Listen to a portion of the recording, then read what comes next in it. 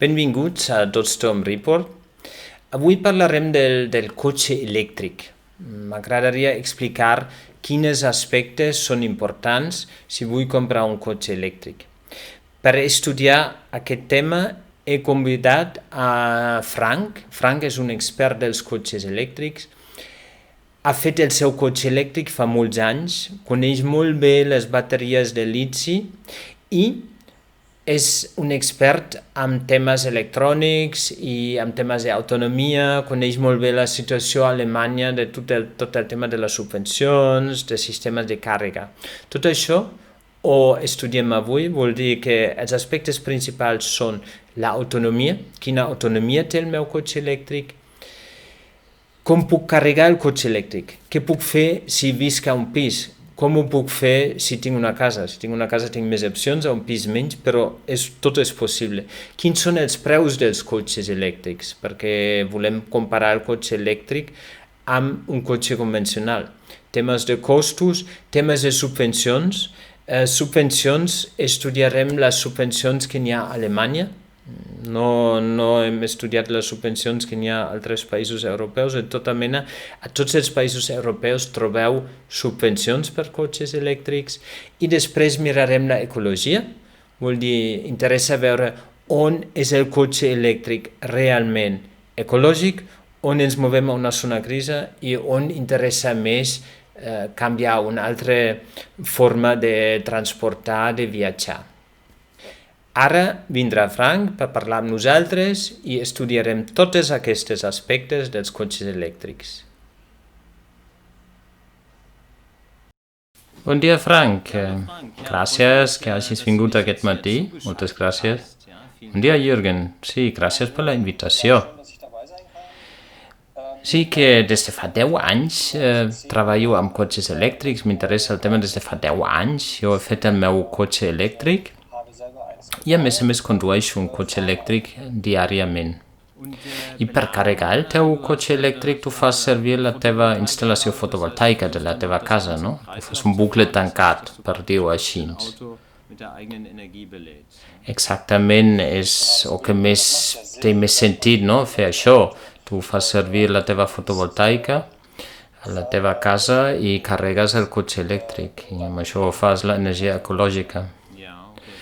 Ok, Frank, amb la teva experiència m'interessa ara estudiar alguns models de cotxe, comentar diversos cotxes per entrar al tema, per tenir una primera idea com funcionen, quins aspectes tècnics són els importants. Per això ara vull obrir la pàgina de l'ADAC, que és, per dir-ho així, el RAC alemany, i aquí trobem molts models de cotxe que podem discutir.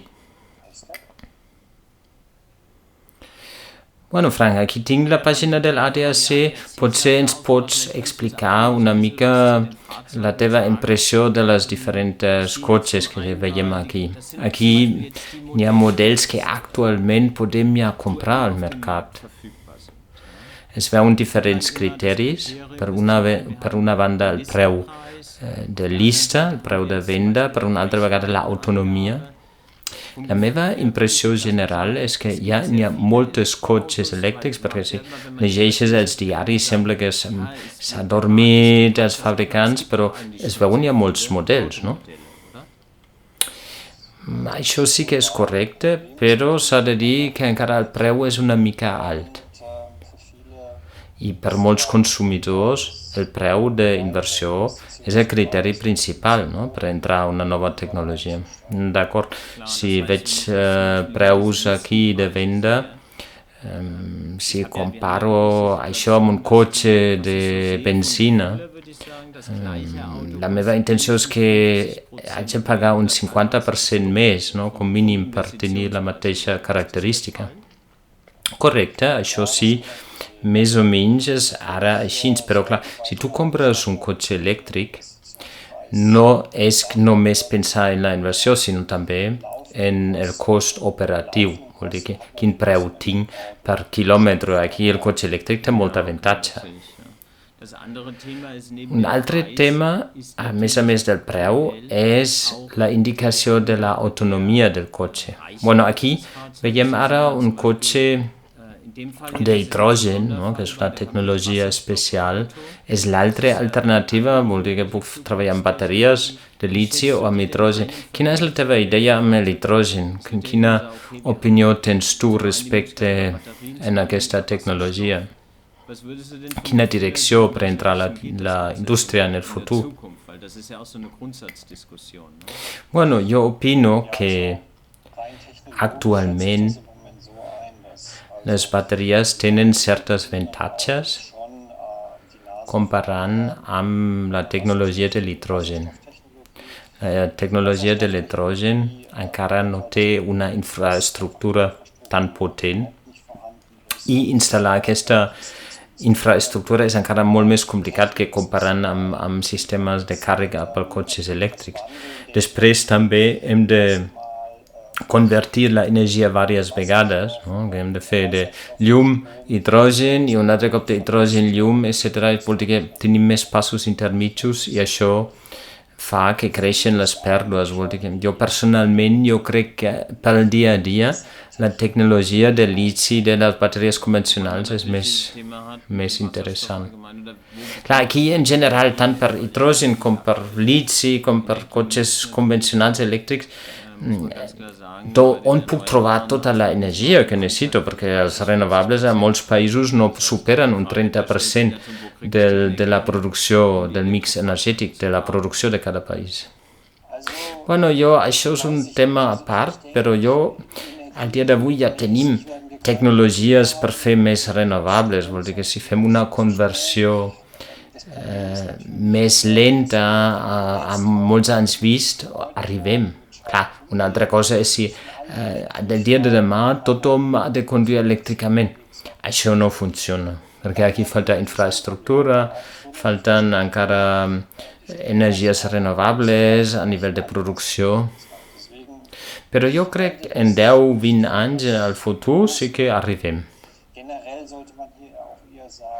Un altre criteri és que no s'ha de veure el cotxe elèctric com l'element que ens pot salvar tots els problemes que tenim amb l'energia, vol dir que és un element més a nivell de tràfic individual. Ok, aquí veiem ara cotxes amb l'autonomia tipus que trobem ara 200-300 quilòmetres, un cotxe per dir-ho així mitjà. Després els cotxes que són que tenen més cost, arribem a 5 o 600 quilòmetres, no? En funció del cotxe, vol dir que aquí les indicacions de l'autonomia, el que veiem és per tenir més autonomia necessitem més bateries. Les bateries són més cars, vol dir que això costa molts diners, l'autonomia. Bueno, això és correcte. Però això també vol dir el cotxe elèctric és molt atractiu si no fas cada dia 1.000 quilòmetres, és per una distància més curta. Però també podria fer 1.000 quilòmetres cada dia, perquè n'hi ha tecnologies, no? Tesla amb el seu superxarxa, no? Que pot carregar molt ràpidament amb molta potència. Però clar, hem de tenir clar, un 90% de les persones només fa 30-40 quilòmetres al dia, vol dir que no necessitem una autonomia tan exagerada i bateries tan cars. D'acord, sí, és veritat. Un altre tema que mirarem després és com carregar aquests cotxes.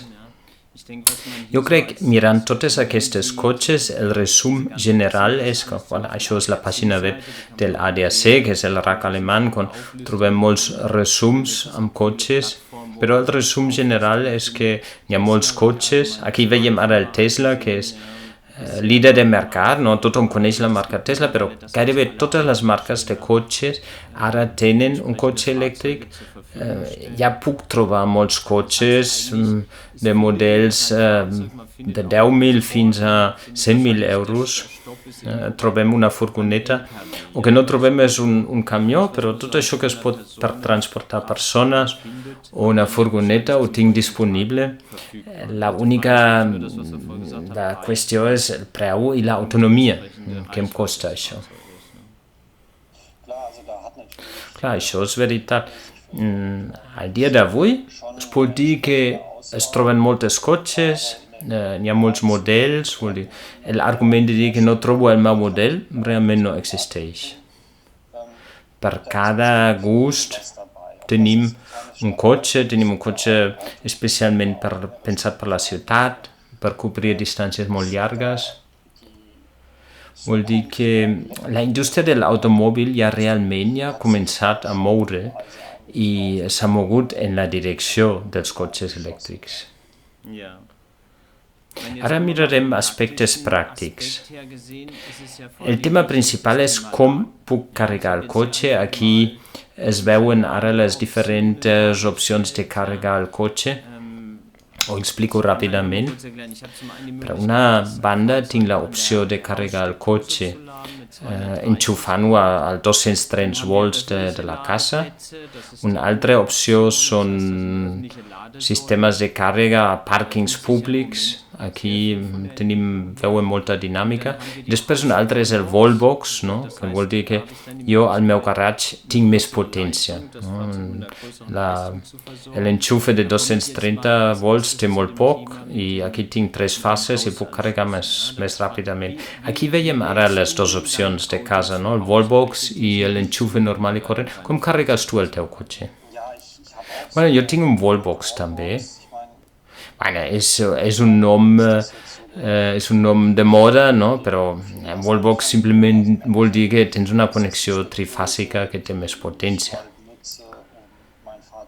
En el meu cas, tinc 9 quilowatts, no?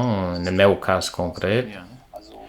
I això permet després carregar més ràpidament. Si ho instal·les d'aquesta forma. Aquí la pregunta és si realment a la casa teva necessites tantes potències per carregar el teu cotxe. És evident que no, perquè més potència vol dir simplement que carregues més ràpidament el cotxe, però igual no és necessari. Perquè si jo tinc el meu cotxe 8-10 hores aparcats a casa o al meu garatge, realment no fa falta carregar molta potència. Clar, aquí ja ràpidament hem de pensar què faig si visc a un pis de lloguer. Clar, a la casa tinc un Wallbox, tinc el meu enxufe, però clar, què faig si visc a un pis de lloguer? Aquí, al dia d'avui, encara no tenim una solució, oi? Com veus tu com es farà això? Clar, si ha de ser una tecnologia general, també hem de pensar què fem amb un pis de lloguer. Correcte, això al dia d'avui és un problema que encara no està resolt. Al dia d'avui no és pràctic, tu no pots posar un cable de 20 metres i sortir del pis de lloguer de la finestra per carregar el cotxe que tens al carrer. Aquí s'ha de treballar la infraestructura.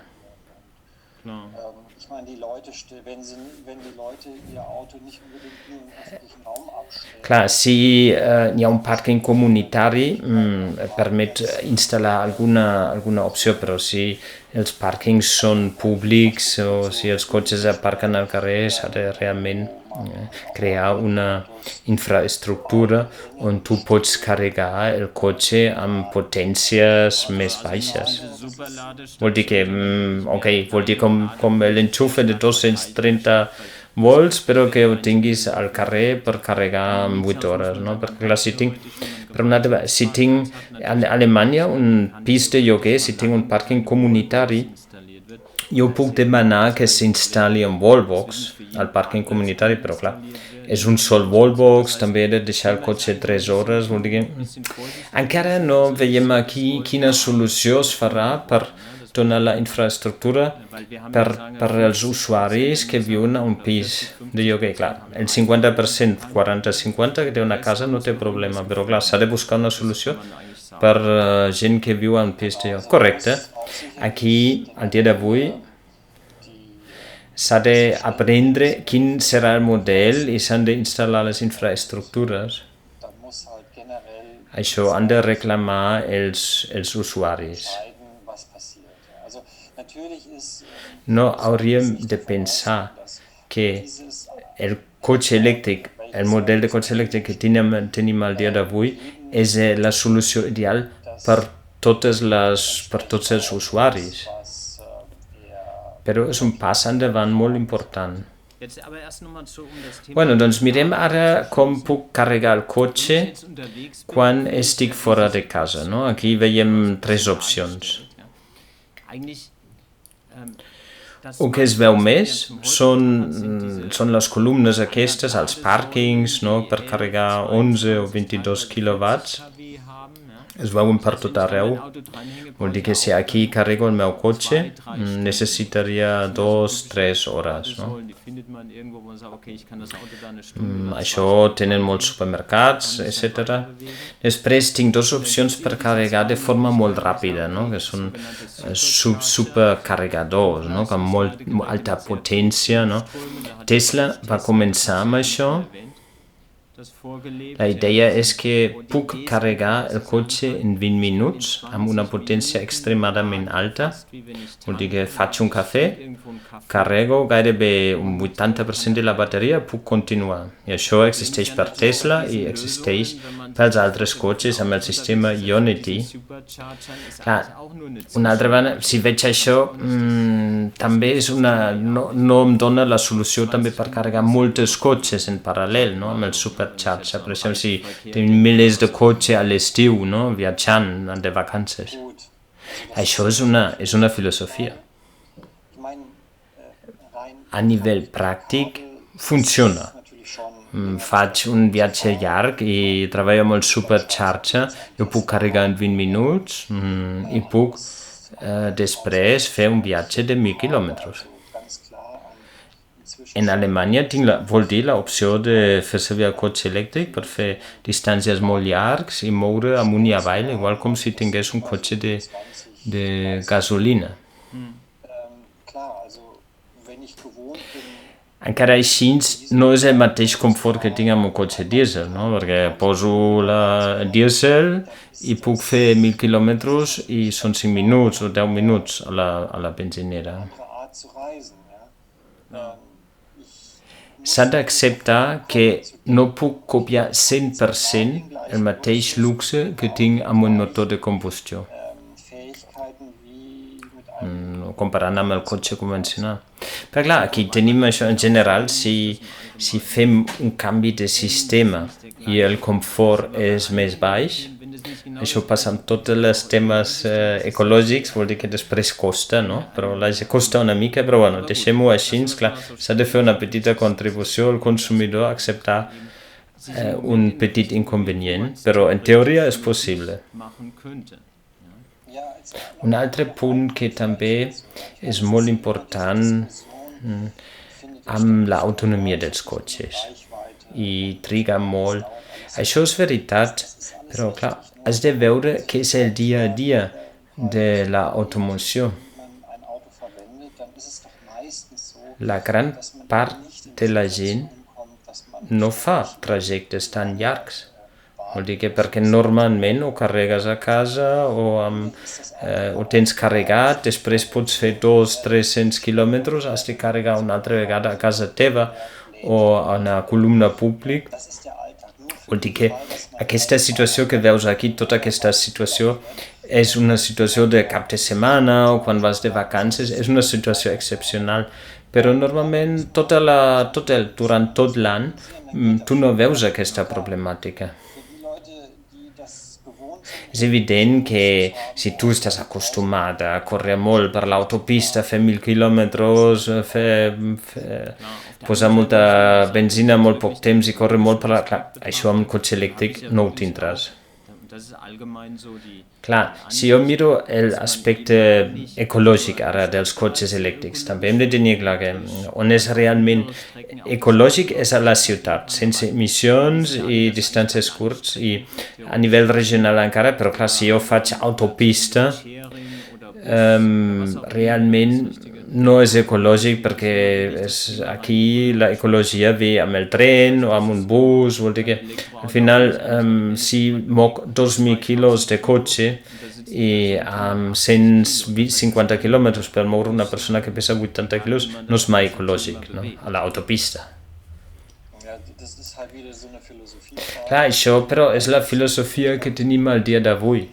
La nostra política està molt enfocada en el cotxe en general, vol dir que no es fan gaire limitacions perquè aquesta franja de córrer molt per autopista s'hauria de limitar una mica per l'ecologia, no? Vol dir que necessitaríem un canvi general de la filosofia de transport. Jo crec que això vindrà perquè, clar, veiem que s'ha de reduir diòxid de carbó, o que no serà la filosofia que cadascú té un Tesla que pesa 2.000 quilos i corre tot el dia per l'autopista com abans amb els cotxes de gasolina.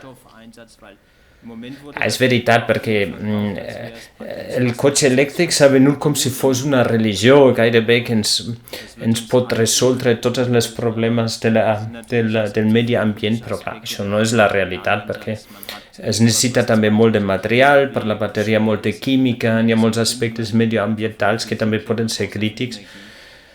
Vol dir, no deixa de ser un mitjà de transport individual que té la seva problemàtica a nivell de l'ecologia.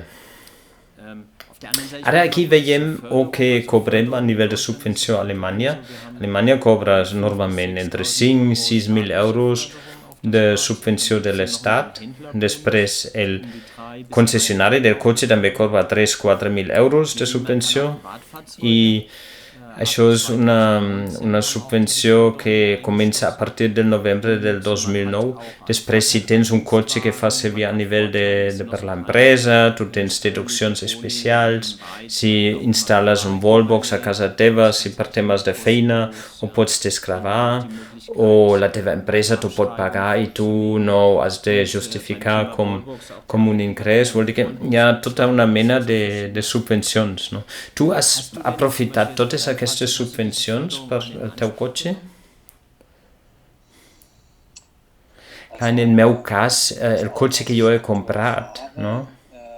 Era un cotxe que he comprat a un concessionari i vol dir que això ja estava matriculat al concessionari i el mateix concessionari ha cobrat totes aquestes subvencions i després els ha traspassat a mi. Vol dir que jo no he fet la gestió directa de totes aquestes subvencions i en el meu cas també era una mica més baix perquè el meu cotxe encara el cotxe elèctric que he comprat tenia una edat i encara no tenia tota la subvenció que es veuen ara aquí.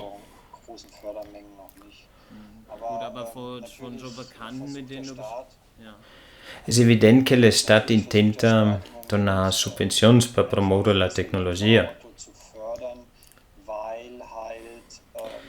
Si no donem subvencions, clar, l'Estat veu que la direcció general de la indústria de l'automoció es mou cap al cotxe elèctric, no? La mobilitat té avantatges, però clar, ja hem vist que també té algun inconvenient, però jo crec que a mig i llarg plaç guanyarà aquesta tecnologia i l'Estat té molt interès que Alemanya pugui participar en aquesta tecnologia.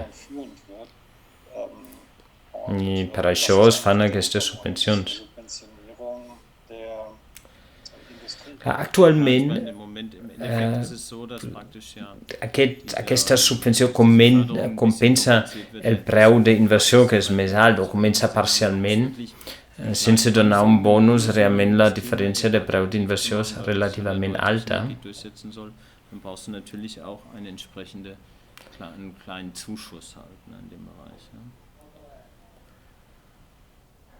Ok, Frank, ja tot entès.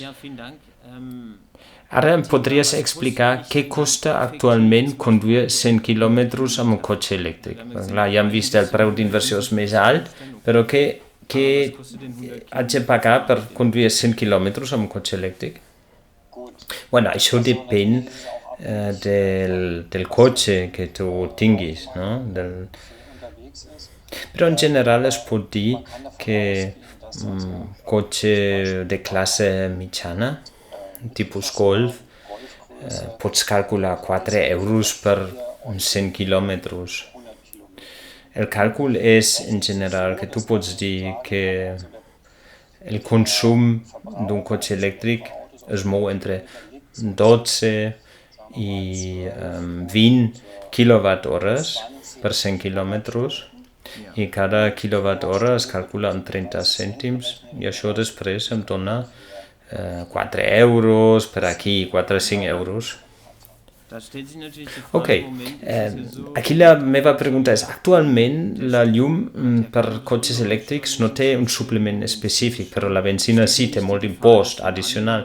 No veus el risc que si tothom té un cotxe elèctric que després l'Estat que perd l'ingrés de l'impost del petroli que comença a pujar molt l'electricitat? Clar, aquest risc sempre ho tens, no? Que en el moment que tothom tingui això, el cotxe elèctric, igual l'Estat després fa un canvi de l'estructura, no? De l'impost. Però jo en general crec si la idea és fer una subvenció, promoure la tecnologia, no té tanta lògica que després per una altra banda es redueix l'atractivitat del cotxe elèctric. En algun moment potser que es pujarà el preu de l'electricitat, no ho sabem. Això seria molt contraproduent, no? Si per una banda subvenció, per una altra banda. Un altre tema que m'interessa molt és el por de quedar-te parat amb el cotxe, no? L'autonomia del cotxe. La indicació que jo tinc al cotxe és correcta. Què haig de fer? És molt delicat. Què haig de fer per no tenir problemes, no? Per arribar als llocs sense que em quedi jo amb la bateria sense electricitat. Quina és la teva experiència? Al principi tu mires molt. Vol dir que ningú li agrada quedar parat, no? Però realment al dia d'avui, cotxes moderns, el tema ara és molt madur. Vol dir que jo tinc una indicació absolutament correcta al cotxe, jo sé quants quilòmetres puc fer. Una part del progrés és que els fabricants ara saben exactament quina autonomia et queda amb el teu cotxe. És molt de fiar. L'únic aspecte que és important és el clima. Vol dir que si tinc molt de fred, tinc molta calor, vol dir que haig de climatitzar, escalfar, enfriar, doncs clar, aquí sí que es redueix molt l'autonomia d'un cotxe elèctric. Però molt és relatiu, no? Perquè també els cotxes nous ja tenen tecnologies que controlen el consum de l'energia i limiten la baixada de l'autonomia. Però realment la meva experiència és que tu mires al principi, però després t'acostumes, és com qualsevol altra cosa.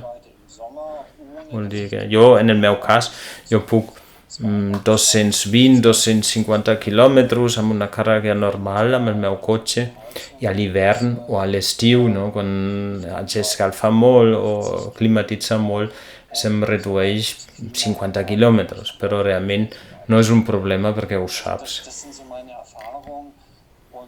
Vol dir que no és un problema, això, no has de tenir por de quedar-te parat amb el cotxe. En general, s'ha de dir també les bateries que tenim al dia d'avui disponibles i les bateries que podem trobar d'aquí en el futur. Clar, al dia d'avui molts fabricants parlen de la superbateria del futur i això sembla que encara no tenim bones bateries, però no és així. Les bateries que tenim al dia d'avui són molt robustes per l'ús diari, vol dir que jo no tinc cap problema amb la tecnologia que tinc al dia d'avui disponible. Vol dir que no he de tenir por al dia d'avui de que es trenqui la meva bateria, que jo tingui algun problema, vol dir el fabricant dona totes les garanties, no? Amb garanties de diversos anys o de molts cicles de càrrega i descàrrega. O que també s'ha escoltat alguna vegada que s'ha cremat una bateria, això també passa, no? Però és molt esporàdic. Però són temes que es controlen també perfectament en el futur, vol dir que la mobilitat elèctrica al dia d'avui és madura, vol dir que pots comprar tranquil·lament un cotxe elèctric. És evident que a la premsa molt sovint es busquen especialment notícies negatives amb una nova tecnologia, però realment no justifica, és molt esporàdic. Problemes reals són molt esporàdics. En el futur es millorarà encara molt el tema, es millorarà els preus, es faran bateries noves, no? Per exemple, Tesla ara ha anunciat una bateria que permeti arribar a 1 milió de milles.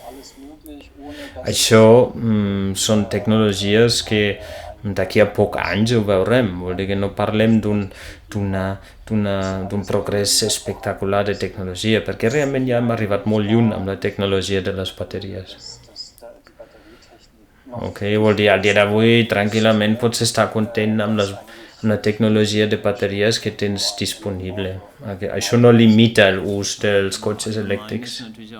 Aquí el tema, la crítica general és la matèria prima de les bateries, no? Que tenim certes crítiques que ven d'Àfrica, que són materials que són crítics a nivell de l'ecologia, però bueno, això també ho trobem amb el petroli. Com ho veus tu? Tu creus que tindrem prou matèria prima per fer bateries per tots els usuaris que al dia d'avui tenen un cotxe de combustió? Com ho veus? Crec que en el futur tindrem bateries que poden treballar amb matèria prima que no és tan difícil de trobar. Això ja s'estan desenvolupant molts camins, però clar, al dia d'avui encara no ho tenim.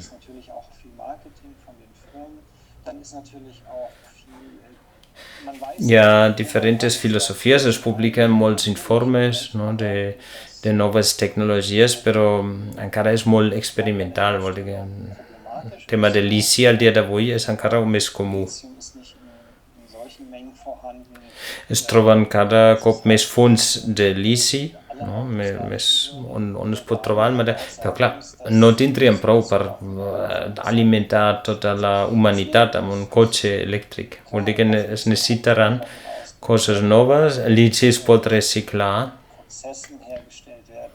Crec que en el futur trobarem també alternatives i noves tecnologies. Però també hem de tenir clar que hi ha una certa problemàtica de l'ecologia, no? Del lici i dels materials, és evident, però clar, també ho hem de comparar amb la indústria del petroli, no? I també veure el context general, no? És transport individual, no? Vol dir, no és mai ecològic si parlem de segons quina distància, no? Més ecològic és evident que és caminar, no? Després ve la bicicleta i després no vindrà res i després vindrà un cotxe individual. Vol dir que no hem de sobrevalorar l'aspecte ecològic d'un cotxe. No? D'acord, però clar, a nivell de la ciutat podem dir clarament que a nivell de transport individual és un més ecològic. No tinc una emissió al punt d'ús, tinc l'opció de fer el percentatge de l'energia verda, no? Clar, després l'altre extrem és agafar un cotxe que pesa 3.000 quilos i faig 1.000 quilòmetres, no? Vaig d'Alemanya a Itàlia. Després tens la zona grisa, no? On trobo, no sé si és ecològic o no. Clar, la nostra societat al dia d'avui ho fa tot amb el cotxe. Vull dir, si vaig a la ciutat, a la fleca per comprar un pa, o si agafo el cotxe i faig 1.000 quilòmetres per anar de vacances. És evident que això no té lògica. Vol dir que segons quines viatges no tenen sentit a nivell ecològic. O que necessitem són conceptes globals. Vol dir altres camins de transport. Ja els coneixem, però s'han de desenvolupar. No? Ja veiem molts models, no? Que les ciutats que no tenen sense cotxes, fomentar molt el transport públic, no? Clar, és com sempre, vol dir que el cotxe elèctric és un element que té una franja d'ús ecològic, no? però s'ha d'integrar en un concepte global intel·ligent per trobar un sistema global ecològic. I també hem de tenir clar si hem de pujar la producció de l'energia verda, perquè si no tenim la típica crítica que trobem amb el cotxe elèctric. Clar, si l'energia ve del carbó o l'energia ve de l'energia nuclear, no sé si realment haig de considerar el cotxe molt ecològic, el cotxe elèctric. Clar, el concepte global ja existeix. Això no és rocket science, vol dir que simplement es tracta de fer servir totes les coses que sabem i ser molt conseqüent per fer un concepte integral i global. I aquí, clar, tenim la lobby dels cotxes que fa molta oposició. Clar, això sí que és veritat que a Alemanya es veu especialment, no? Que, per exemple, la limitació de la velocitat màxima a les autopistes. N'hi ha segons quines autopistes on pots córrer amb 300 quilòmetres, però clar, és una discussió de molts anys i sembla que no hi ha forma de reduir això, i això seria una reducció important. Clar, això és un bon argument. No? A Alemanya sempre volem ser els més ecològics, els superecologistes, i segons quines coses que tenen un consum brutal, després sembla que no tenen solució. No? Perquè, clar, reduir una mica, adaptar les velocitats, tindria un efecte brutal i no costaria tant, vol dir que seria una reducció, clar, t'hauries de canviar el costum de córrer tant, però en general la societat guanyaria conduint amb 120 a les autopistes i 80 a les nacionals. Doncs sí, és un altre exemple de que hi ha moltes petites coses que poden sumar per fer una reducció molt important, no? de la contaminació, però també hem vist que és com el reciclatge, vol dir tu has de canviar una mica els teus consums, has d'acceptar un comportament diferent, però després, un cop que t'hagis acostumat, ja funciona el tema. Un altre aspecte que m'interessa, Tesla té una valoració de borsa molt important, no? Que té un valor de borsa com molts fabricants junts, no? Però fabricants grans que fan milions de cotxes. Tesla només fa diversos centenars de milers de cotxes. La meva impressió en general és que aquesta valoració a la borsa ve principalment del futur concepte de la conducció 100% autònoma, vol dir que jo tinc un cotxe, un telèfon mòbil, no? Ja no tinc cotxe a casa meva, vaig directament amb el mòbil, demano un cotxe amb el meu mòbil, no tinc el meu cotxe i els meus viatges es fan de forma elèctrica, vol dir després tampoc tinc el problema de carregar, perquè el cotxe aquest o circula o es carrega, un pool de cotxes que pot ser fora de la ciutat. Com ho veus tu? Perquè clar, als alemanys ens agrada el nostre cotxe individual. Bueno, sí, dono la raó, no? Que Tesla té aquest valor perquè és una empresa molt innovadora i realment promou tecnologies que els fabricants convencionals de cotxe d'Alemanya no haurien sigut mai capaç de promoure aquestes tecnologies per diverses raons. Tesla fa aquest concepte, no? La idea del futur és realment que fas un servei de transport, no? Vol dir que realment no vius de vendre el cotxe, vius de vendre un servei de transport. I amb això queda resolt ja molta problemàtica del tràfic individual, no? No has de buscar un lloc per aparcar el cotxe, no necessites assegurança, no? Vol dir que hi ha moltes avantatges per al consumidor i es considera això un model de futur, no? I Tesla està treballant això i això també explica el valor de borsa, no? No sabem si està justificat, no? Però clar, els inversors ho valoren amb un valor molt important perquè és un líder d'aquest model nou. És una filosofia bastant genial. I per això els altres fabricants tenen por, no? Perquè clar, si Tesla guanya amb aquest concepte, el primer que guanya amb aquest concepte té un avantatge brutal. No, tu ja ho veus, si compres un cotxe t'has de gastar 30.000 euros. Imagina't si cada mes pagues, o cada any pagues 1.500 euros per una quota de transport i pots trucar un cotxe com si fos un taxi, clar, amb això vas molt més ràpid. Jo també, sí, mira, fins i tot si jo hauria de pagar 300 euros al mes estaria content, no? I no necessites un cotxe i vas on vulguis trucant un cotxe amb un mòbil.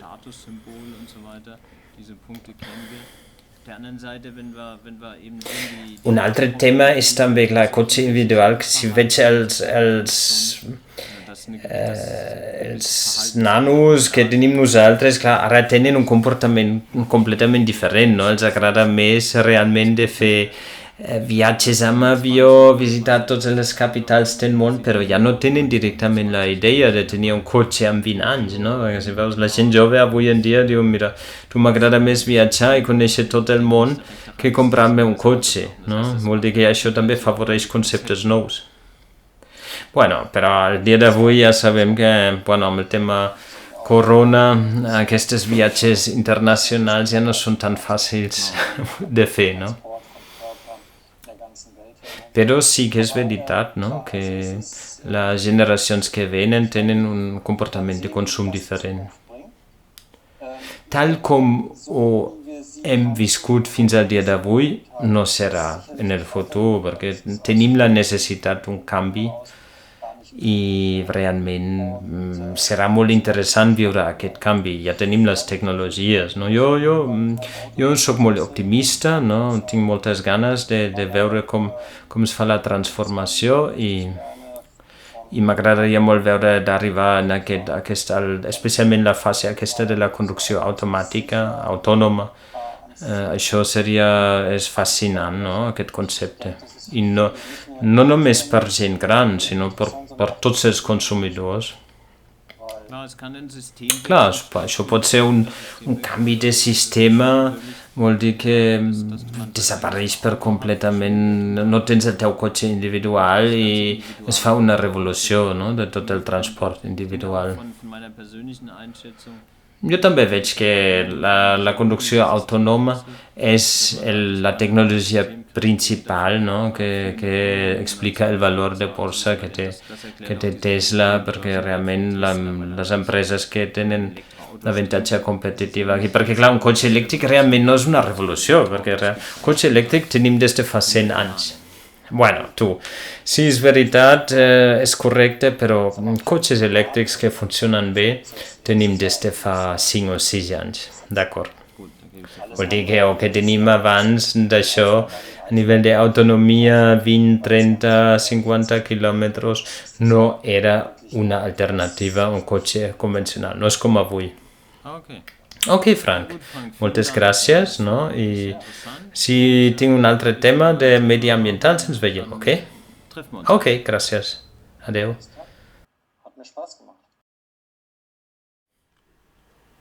Un altre cop, moltes gràcies, Frank, per tota la informació. Crec que tota la informació era realment molt interessant.